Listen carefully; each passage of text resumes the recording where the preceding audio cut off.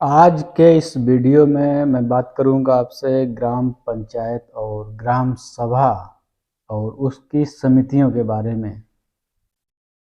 ग्राम पंचायत क्या है, ग्राम सभा क्या है, उसके अंतर्गत जो समितियां गठित होती हैं वो कैसे कार्य करती हैं। पंचायती राज व्यवस्था के अंतर्गत स्थानीय स्वशासन की इकाई को हम ग्राम सभा या ग्राम पंचायत के नाम से जानते हैं। ग्राम सभा को वार्डों में विभाजित किया जाता है और उन वार्डों के लिए जब पंचायत का चुनाव होता है तो ग्राम पंचायत सदस्यों का उसमें चुनाव किया जाता है। ग्राम पंचायत के सदस्य और निर्वाचित प्रधान मिलकर ग्राम पंचायत का गठन करते हैं। ग्राम पंचायत में जो अध्यक्ष ग्राम पंचायत होता है वो और ग्राम पंचायत के सदस्य मिलकर एक विधिक इकाई ग्राम पंचायत या ग्राम सभा के रूप में संचालित करते हैं। कभी कभी हम लोग ये समझने का प्रयास नहीं करते कि ग्राम पंचायत और ग्राम सभा क्या एक ही बात है या ग्राम पंचायत ग्राम सभा से भिन्न है। तो जो पंचायती राज व्यवस्था में जो परिभाषित किया गया है उसमें तो ग्राम पंचायत और ग्राम सभा के लिए एक ही परिभाषा है, लेकिन जब ग्राम पंचायत का गठन होता है ग्राम प्रधान और ग्राम पंचायत सदस्यों के रूप में, तब उसमें जो बैठक होती हैं, ग्राम पंचायत की बैठक और ग्राम सभा की बैठक में थोड़ा अंतर है। आप इसे समझ लीजिए कि ग्राम सभा की बैठक वर्ष में 2 बार कम से कम होनी चाहिए। अगर आवश्यकता पड़ती है तो ग्राम प्रधान बीच में भी ग्राम सभा की बैठक बुला सकता है। बैठक के पूर्व 15 दिन पूर्व कम से कम बैठक का एजेंडा जारी होना चाहिए। लिखित में सूचना जो ग्राम सभा के सदस्यों तक जानी चाहिए। अब यहाँ पर ये देखने की बात है कि कभी कभी लोग ग्राम सभा सदस्य और ग्राम पंचायत सदस्य को एक ही समझ लेते हैं, जबकि दोनों में बहुत बड़ा अंतर है। जो ग्राम पंचायत के सदस्य होते हैं वो ग्राम सभा के जो वार्ड होते हैं वार्ड के निर्वाचित सदस्य होते हैं, जबकि ग्राम सभा का जो सदस्य होता है, जो भी आपके ग्राम सभा की मतदाता सूची है, जिस भी व्यक्ति का उस मतदाता सूची में नाम है वो सभी व्यक्ति ग्राम सभा के सदस्य होते हैं। तो ग्राम पंचायत की बैठक में भाग लेते हैं वो ग्राम पंचायत सदस्य जो निर्वाचित होते हैं वो केवल भाग लेते हैं। ग्राम सभा की बैठक में गांव के मतदाता भाग लेते हैं। अब यहाँ पे आता है कि इन दोनों बैठक में जो कोरम एक निर्धारित संख्या होती है, जो संख्या पूरी होने पर हम ग्राम सभा या ग्राम पंचायत की बैठक की कार्रवाई प्रारंभ करते हैं।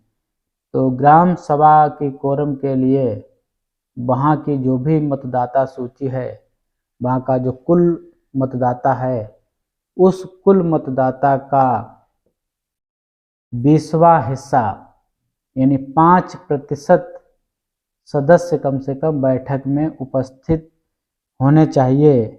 वहीं अगर ग्राम पंचायत की हम बात करें कोरम की, तो वहाँ कम से कम 2/3 सदस्य बैठक की कार्रवाई के लिए आवश्यक होते हैं, उसके कोरम की पूर्ति के लिए आवश्यक होते हैं। 2/3 का मतलब आपके जिस ग्राम पंचायत में जितने भी सदस्य हैं उनको 2 से गुणा कर दीजिए और उसमें 3 का भाग दे दीजिए। जैसे मान लीजिए कि 15 सदस्य आपके गांव सभा में हैं या ग्राम पंचायत में, 15 सदस्य गुणे 2 और भाग 3, कम से कम 10 ग्राम पंचायत सदस्य उस बैठक में उपस्थित होने चाहिए अगर बैठक की विधिक कार्रवाई लिखी जानी हो तो।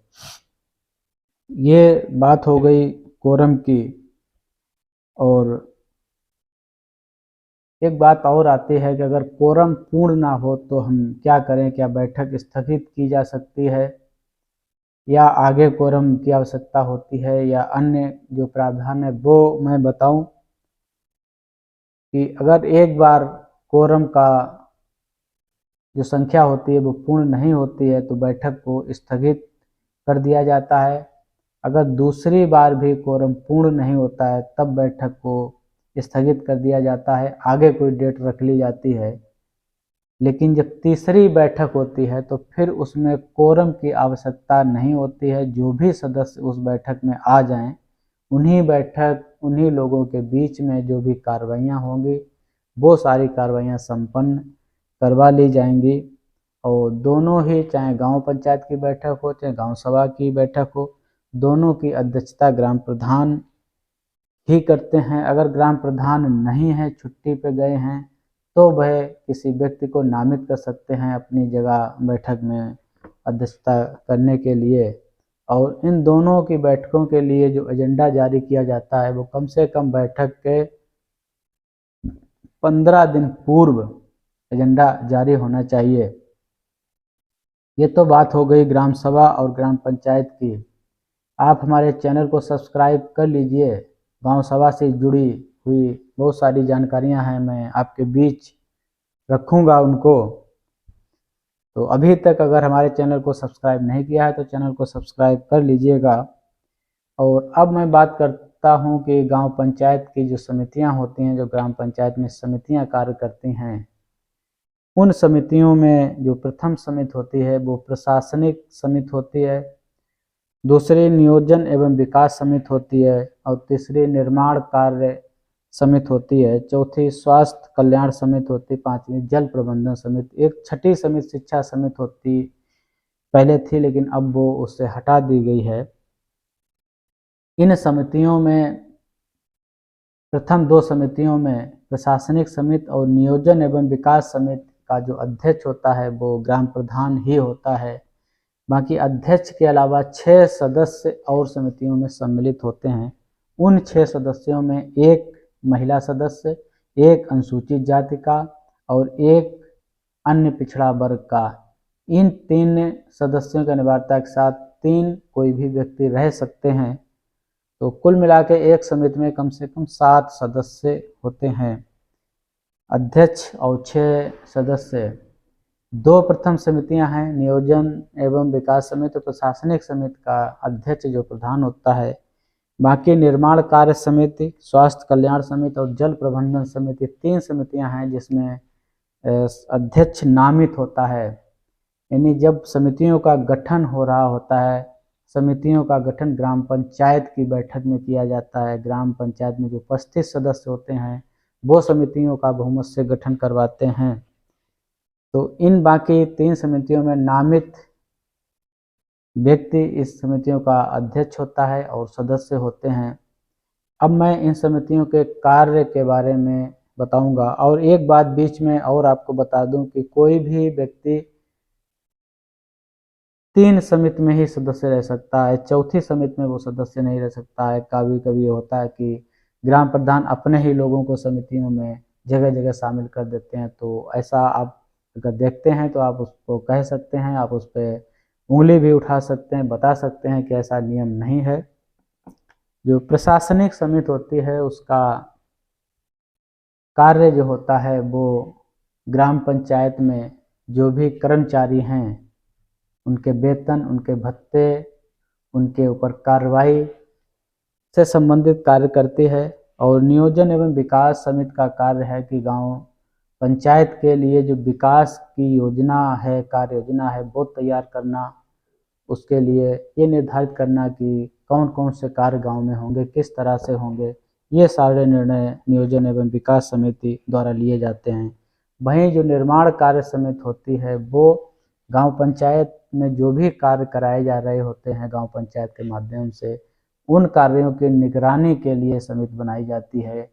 समिति के अध्यक्ष और उसके जो सदस्य होते हैं वो इस बात की निगरानी करें कि जो भी कार्य गांव पंचायत द्वारा करवाया जा रहा है वो गुणवत्तापूर्ण है, सही है, मानक के हिसाब से है। ये जिम्मेदारी निर्माण कार्य समिति की होती है। स्वास्थ्य कल्याण समिति का काम भी बहुत विस्तृत है। जो भी स्वास्थ्य से संबंधित कार्य योजनाएं तैयार होती हैं, स्वास्थ्य से संबंधित जो भी गतिविधियां गांव में चल रही होती हैं, उन गतिविधियों पर स्वास्थ्य समिति नज़र रखती है और कैसे उनको संचालित कराया जाए ये भी समिति निर्णय लेती है। और साथ जल प्रबंधन समिति, जिसमें किसी भी पेयजल आपूर्ति है, हैंडपंप मरम्मत है, पानी की टंकी का है या अन्य कोई जो पेयजल से संबंधित व्यवस्था है, वो सारी जल प्रबंधन समिति उसका कार्य करती है। वहीं अब हम देखेंगे कि इन समितियों की भी बैठक हर महीने कम से कम एक बैठक समिति की होनी चाहिए, ऐसा प्रावधान पंचायती राज व्यवस्था में है।